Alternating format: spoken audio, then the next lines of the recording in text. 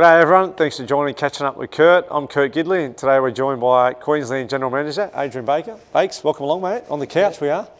Now mate, you're a former blue collar worker. Tell us your experience there and then how you ended up in recruitment and labour hire. Yeah mate, I actually really enjoyed my time as a fitter, working for a lot of clients in predominantly the northwest and west coast of Tasmania.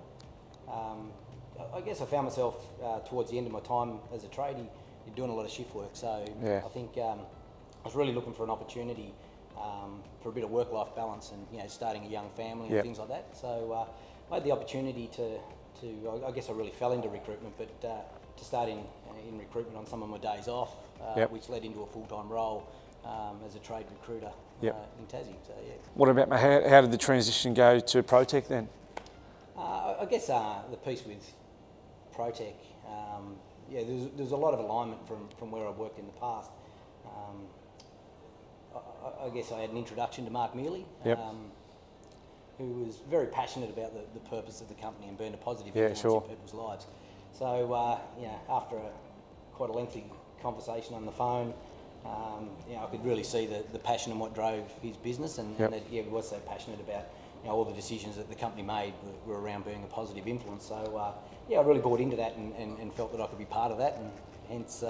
A couple of weeks later, I was certainly straight there. The company, What about, what's a good example of you seen being a positive influence in a field candidate's life? Yeah, look, I think the real rewarding stuff is where we add value, or we give someone an opportunity that they may not have had. So whether that's working with a client, working through a solution, it might be an Indigenous employment or women in non-traditional roles. But I think when you get through, the back end of a work-ready program, and really see a group of people move into full-time employment and opportunities to, like I say, support their families, move on a journey and a career that they wouldn't have had if we didn't have that conversation initially with our client. Yeah, pretty fulfilling role we're playing in their lives. Yeah. Bakes, can you give us an example of how Protech have partnered with one of our clients to be a positive influence in people's lives?